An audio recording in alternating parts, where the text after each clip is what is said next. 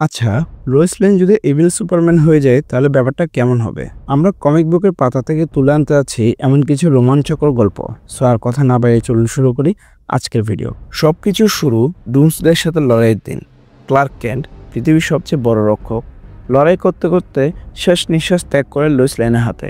আর সেই মুহূর্তে যেন পুরো ডিসি ইউনিভার্স এসে হাজির হয়। Flash, wonder woman, Batman. কিন্তু ততক্ষণে অনেক দেরি হয়ে গিয়েছে। লোয়েস ভেঙে পড়েছে। চিৎকার করে সে বলে, তোমরা তাকে একা মরতে দিলে। আর কাঁদতে কাঁদতে প্রার্থনা করে, ক্লার্ক ফিরে আসো, তুমি তো সবসময় ফিরে আসো। পরের দিন সুপারম্যানের অন্ত্যেষ্টিক্রিয়া। হাজারো মানুষ, মিডিয়া, জাস্টিস লীগ সবাই উপস্থিত।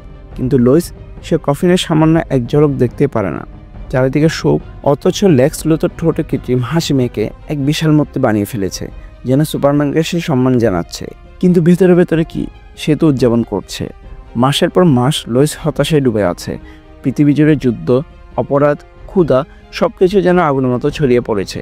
একদিন সুপারম্যানের কেব নিয়ে এসে একে পৌঁছে যায় ফর্ট্রেস অফ সলিডিউরিতে। অষ্টভেজা চোখে বসে থাকে। হঠাৎই শোনা যায় এক বিশাল শব্দ। উপস্থিত হয় দি ইরেডিকেটর, ক্রিপ্টনের রক্ষক।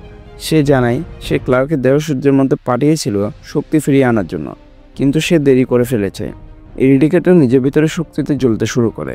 লোয়েস তাকিয়ে বলে, আমাকে ব্যবহার করো, মৃত্যু হোক তবু সে রাজি।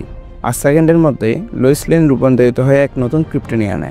সে শপথ নেই, আমি তৈরি করব এক নতুন পৃথিবী, যে পৃথিবী সুপারম্যানকে পাওয়ার যোগ্য। শুরু হয় এক ভয়ঙ্কর অধ্যায়। লোয়েস শুধু অপরাধীদের শাস্তি দেয় না, সে ব্যবস্থা বদলাতে শুরু করে। ব্যাংক ডাকাতদের ধরার বদলে সে ব্যাংক ভেঙে গরিবদের টাকা বিলিয়ে দেয়।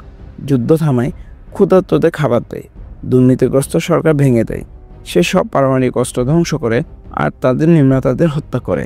ধীরে ধীরে পৃথিবী ভয়ে কাঁপতে শুরু করে। কিন্তু লোয়েস জানত আসল শত্রু একজনেই, লেক্স লুথর। এক রাতে সে লেক্সের পেন্ট হাউসে পৌঁছে তাকে গলা চেপে ধরে মহাশূন্য নিয়ে যায়। লেক্স ঠাট্টা করে মজা করে, শেষমেশ মারতে বলতে চায়, কিন্তু লোয়েস কোনো পরোয়া নাই। এক নিমিষে সে তাকে হত্যা করে। এরপর তার পথ গোথামের দিকে। সব ভিলেনকে হত্যা করে ফেলে, শুধু একজনকে বাদে, জোকার। আরেক সংঘর্ষে সে জোকারকে আগুনে পুড়িয়ে মেরে ফেলে। ঠিক তখনই হাজির হয় ব্যাটম্যান, রাগে অগ্নিশর্মা, কারণ তার সবচেয়ে কাছের মানুষটিকে হত্যা করেছে লোয়েস। ব্যাটম্যান বলে, কিছু সীমা আছে লোয়েস। লোয়েস ঠান্ডা করে জিজ্ঞাসা করে, আর কত মানুষ মরবে শুধু তুমি কাউকে মারতে চাও না বলে? লড়াই শুরু হয়। লোয়েসের এক ঘুষিতে ব্যাটম্যান উড়ে গিয়ে পড়ে।